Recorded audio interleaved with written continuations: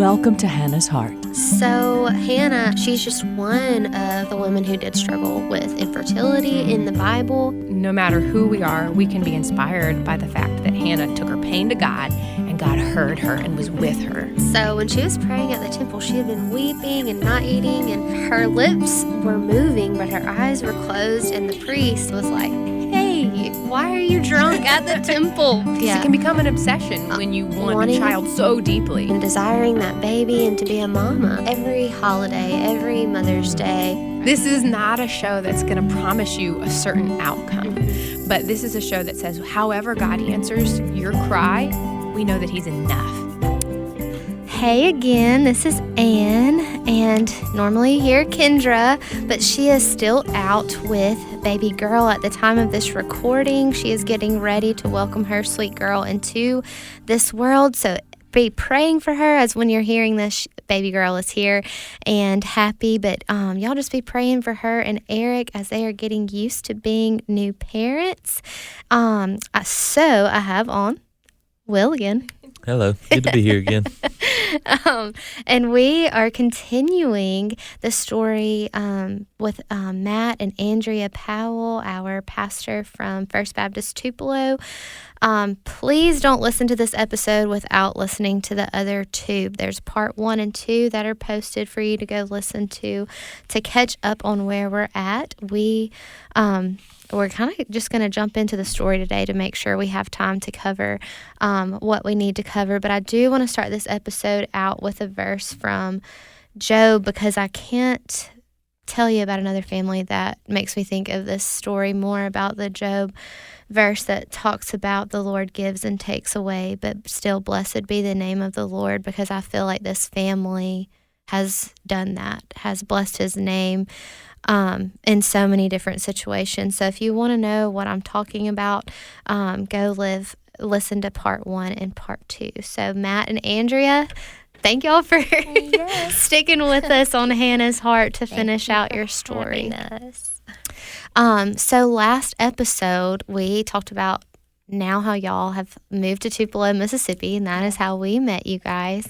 And you now we've talked about your miscarriages. We've talked about your 4 babies here on earth now, right? That's right. Because we got to Ansley you're pregnant with. Yes. That you were pregnant with on the last episode that we talked about. That's right.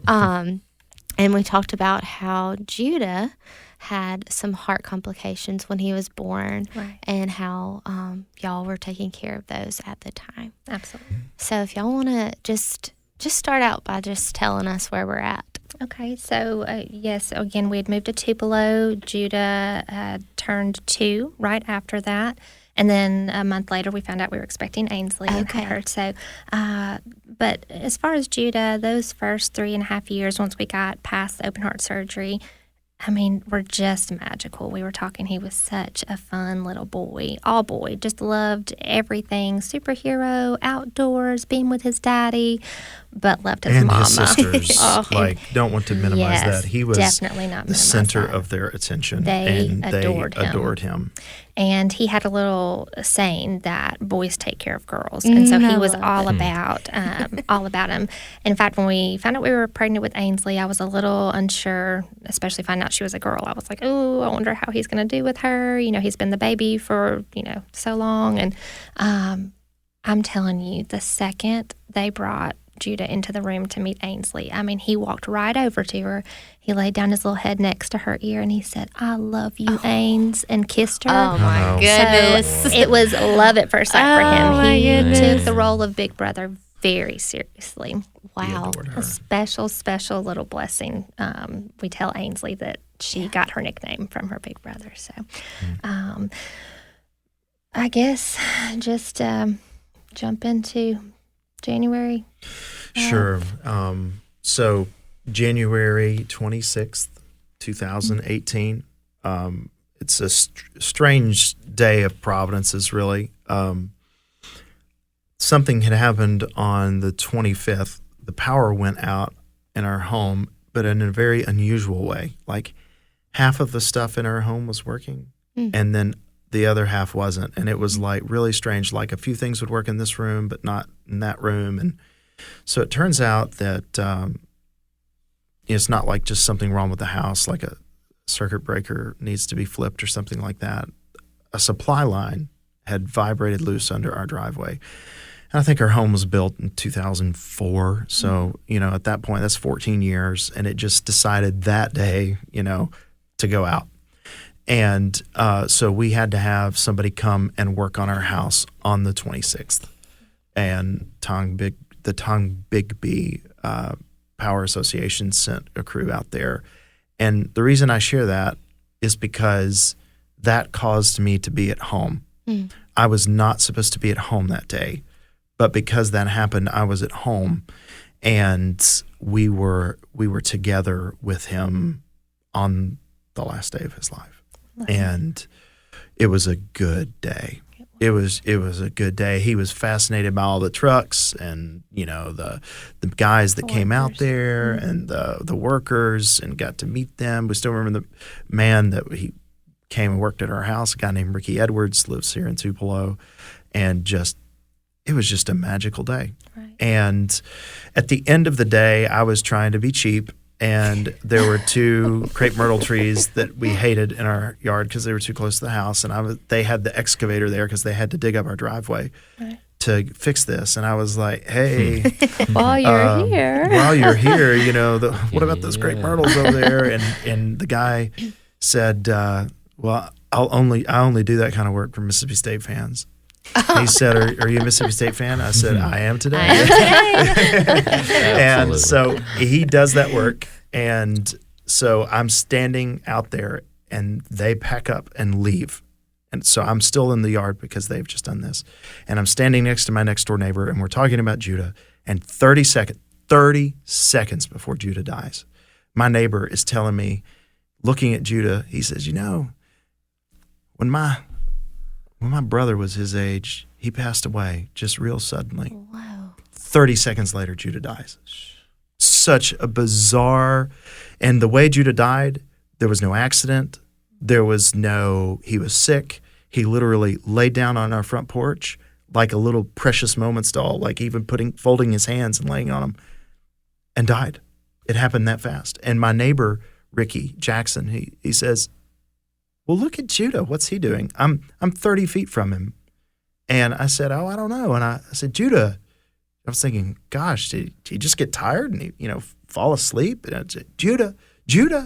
No response. And then I rush over and I turn him over, and there is it was not a gasp for air because he was already unconscious. I don't know what it was. I don't know how to explain it.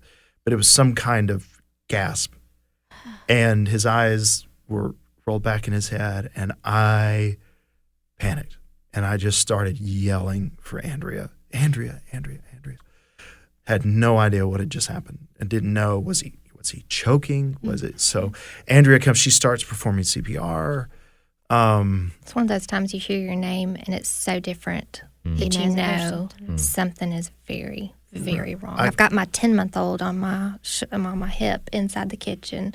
And, I just set her down on the floor, and I go to the front porch, and I see him there, and something's not right, And the crazy thing about it, though, at that moment, I did not even think like a heart or something like that he could be suffering from any type of heart issue, because for us he'd been fixed. Like he's going to live for until he's 90 kind of thing. So I'm a Lord of the Rings fan, and there's this character named Gandalf, and he returns from the dead, and he has to deal with a difficulty, and he talks about it. He says, listen, I have not passed through fire, water, and death to be put off by this. It was like, we have come through fire. Oh gosh. This is not going to happen. Right. It's going to be okay. So we jump in my truck immediately, and just fly to the hospital. I've never driven like that before in my life. Right. So I'm in the back with him, and performing of course, CPR. Matt's driving, and I'm trying to do CPR, and I can remember in the middle of it, calling out to God, dude, don't take my baby, don't take him. You gave us this miracle baby. Don't take my baby. I can't bury him. And Matt's going as fast as he can, and there is a place here in Tupelo, there's a stop sign that I actually can't drive that way ever. I knew at that point that Lawndale he was and not Olive. okay. Yeah. Right So just, and, we pull up to the hospital, and like I'm kind of giving instruction as we're going, because it's that mama teacher trying to figure out adrenaline rush what to do. And I'm like, I'm going to keep doing CPR. You go in and get him. And then it's like I can't even do it anymore. And I just run inside with him. And normally they stop you at the door. they stop you at the door. Like, but I'm just, metal detectors, stuff like that. And all we can get is, he's not breathing. He's not breathing. He's not breathing. And they rush right to us. Running. Jessica was one of the nurses there, and she grabs him up from me, and we go running down the hall, and I'm still yelling, he's not breathing, he's not breathing. And really at that point, like, I don't think that I thought we were going to walk out of those doors that night. Like, I figured it was going to be, they were going to take care of him, and we would be maybe something bad would happen, but they're going to revive him. They're going to bring him back, And so we were sitting there in this room, and there's a divider, so we can't watch, what's going on in here. But we're sitting there, and there's a nurse that comes and sits with me. Her name was Brittany, sits with us, and she's keeping us like up to date on every little thing that they're doing. Okay, we're trying this now. We're trying this, and you can hear in the background, like, all the sounds, and all the things. And so one of those moments again that it's like the world just goes dark around you, and you feel like you're in some kind of just like movie, alter reality. Something. Yeah, this isn't happening. This like, cannot be. There's happening. No way this is happening. Right. But it is. And there's some sense of safety and hope in being in the hospital, because it's like, well, they've fixed him before. I don't really know why we're here. Like, I don't understand what's just happened in the last 10 minutes of our life, but we're at the place that can fix him. Right. I mean, from when he laid down and we got to the hospital, had to have been 8 minutes. Yeah. It was so It's just so fast. fast. And I was doing CPR, so it's like you think things are going to be okay. And I guess about an hour of them working on him, the doctor comes over and gets our hands and says, we've done everything we can do. Like, are you okay with us stopping? They're still working on him at that time. Are you okay stopping? And I don't really know how to communicate what kind of question, the feelings and the thoughts that come with a question presented to you like that. Are you okay for us to stop? In essence, are we done here? Right. It's giving us the opportunity to choose that. And there was so much trying that brought him into the world. And it's like, are you okay if we stop trying? Now? And it had to be asked. 'Cause it was time to stop. It was time to stop. It had to be asked.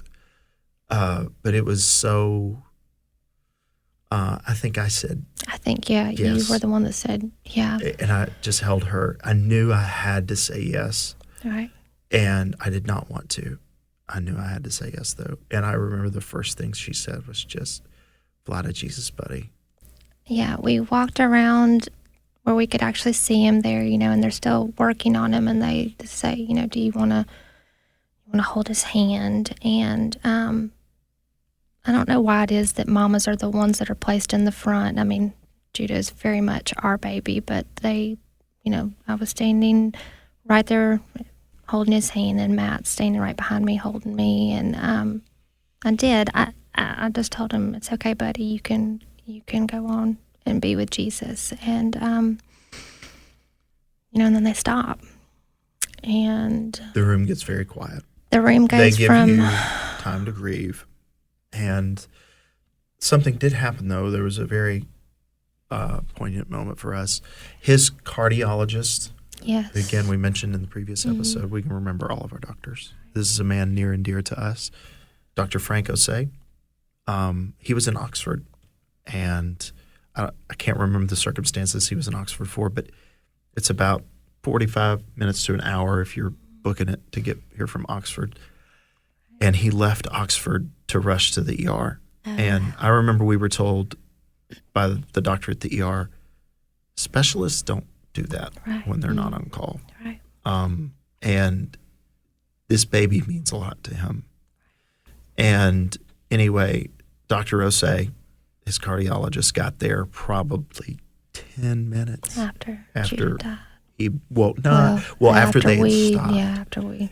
And he came in to that room and just held us and just wept over us.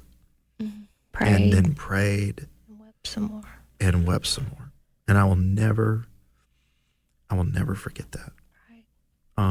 That was such a bad day. Oh, it's a bad day. And the cruelest thing about bad days is that happened on Friday, and Saturday came. Right. Then Sunday came. Right. Then Monday Just came. kept going. It is a bad day, but it lasted 24 hours and was over just like every other day of my life. But it was kind of like in our minds, Judah got caught on that day, and now we're getting further and further and further from him. Right. And Life that is at a standstill and is moving forward. It's like this conundrum. How And do you? so many people, there were 100 plus people that came to the ER and was standing in the waiting room. And I have a really strange memory. I remember after like 3 hours being in the hospital, going out to get something out of my car, and my truck was still sitting at the door Where we with had its left front door open, still running. Yeah. And it was like reliving. I guess nobody realized that, that's Matt's truck. And it just sat there in front of the door for like 3 hours running. And it was just this sad, like, time froze. Yeah. Time And for- this yeah, that's terrible right. thing happened. Right. And then now here we are. And what in the world have we What just in the stepped world? into? Right. Because last time you were in the truck, you still had hope that. Yeah. That's right. And then Right. so I had to move my truck.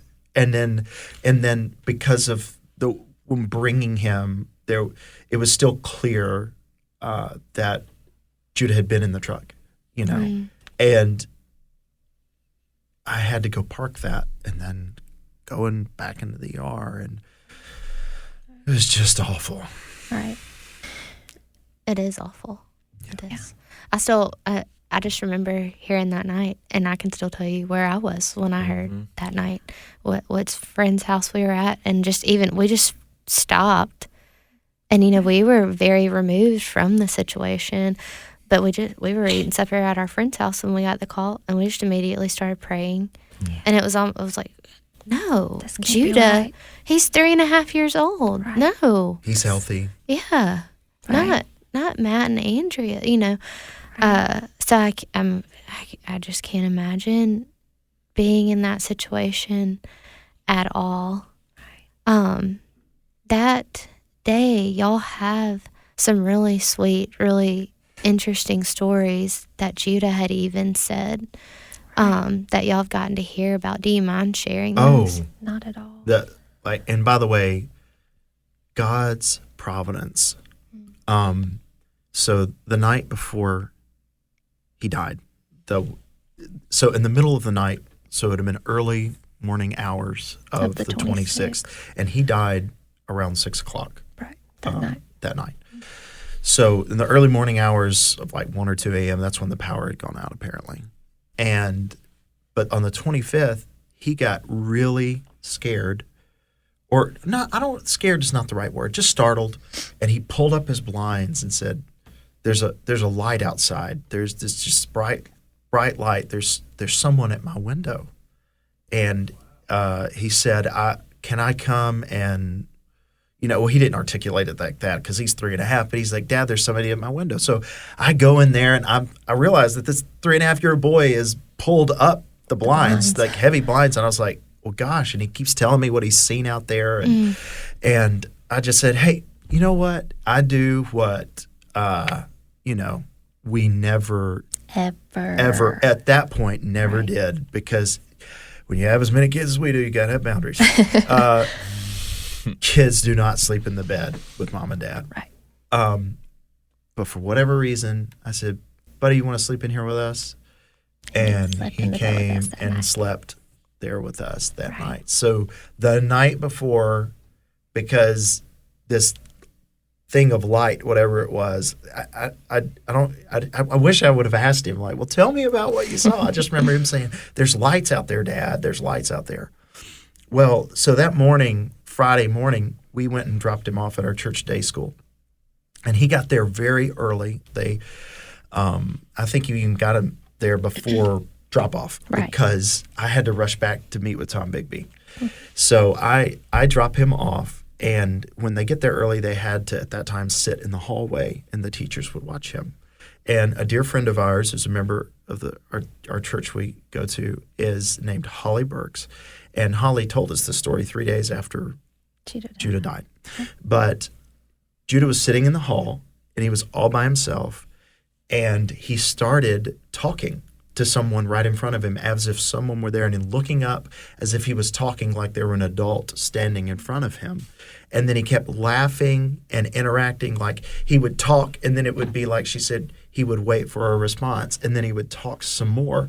And Holly's watching this whole thing, and of course she runs a day school, she's there as a part of that. So, she sees craziness all day long. But, so she sees that, and she's like, look at Judah. And she tells her coworker, what is that little boy doing?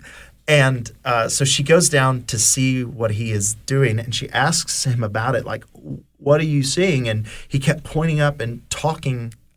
She couldn't understand. She said it was like he was talking to someone who was there. And she said, I thought he just must have an imaginary friend. Yeah. But she said he kept laughing. And as I carried him away, he just kept laughing. Right. And another thing that is a kindness even from the Lord, and it's going to sound a little silly, but donuts are a big deal at my house. And Judah Amen. always called them go nuts. And so I had told him that Saturday morning, that was our donut day. And so Friday, of course, was the day that he passed away. And we had been talking in the car that morning on the way to day school, like, hey, tomorrow morning, Saturday, we get to go get go nuts. And I come to find out after Judah died that I had been sad about the fact that we didn't get to do our normal, Saturday tradition. And I come to find out that a little boy in Judah's day school class had a birthday on that or sometime that week. And so on Friday morning, his mom had brought little donuts from our favorite local place, Scarlett's. And so it sounds a little silly, but it was just like one more thing, like the Lord was like, he didn't miss his donuts. He did. He even got his little donuts on the day that he died. If I may, man, just hearing y'all walk through it, and I've heard y'all tell parts of the story, man, for everybody. I know y'all are going to say, I don't have to say this, but it's really meant a lot to me to watch y'all ever since then, because something that people say is more's caught than taught. And Brother Matt, don't get me wrong, you teach a lot on Sundays, and I do learn a lot.